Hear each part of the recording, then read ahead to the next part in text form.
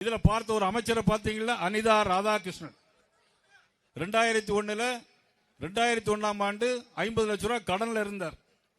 இன்னைக்கு 500 கோடி ரூபாய்க்கு சொத்து சேர்த்திருக்காரு அனிதா ராதாகிருஷ்ணன். யாருடைய பணம்? இந்த மாவட்ட மக்களுடைய பணம், இந்த நாட்டு மக்களுடைய பணம்.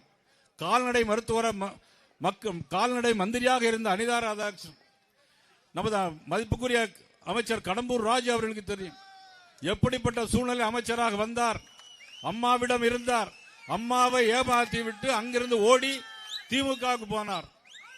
அதற்கு பிறகு இன்னைக்கு திமுக இருந்து கொண்டு இவ்வளவு சம்பாத்தியம் பண்ணியிருக்கிற அனிதா ராதாகிருஷ்ணன், அவர் மேல பல வழக்குகள் இருக்கு. ஈடி வழக்கு அவர் மேலே இருக்கிறது. அதிகமாக சொத்து சேர்த்த வழக்கு அவர் மேலே இருக்கிறது. ஜாதி வரியை தூண்டுகின்ற அனிதா ராதாகிருஷ்ணன், மக்களை பிளவுபடுத்துகின்ற சக்தி அனிதா ராதாகிருஷ்ணன். வருகின்ற தேர்தலில் அனிதா ராதாகிருஷ்ணனை ஓட ஓட இந்த நாட்டிலிருந்து விரட்ட வேண்டும். செய்வீர்களா?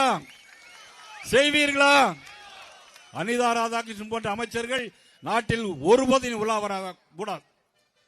ஏன் 10 அமைச்சர்கள் இருக்கிறார்கள். வெறும் ஒரு மாதிரியான ஒரு சாடிஸ்ட் அனிதா ராதாகிருஷ்ணன். அவரை கண்டிப்பாக தோற்கடிப்பது நம் ஒவ்வொருவருடைய, இந்த மாவட்ட மக்களுடைய கடமையாக இருக்க வேண்டும்.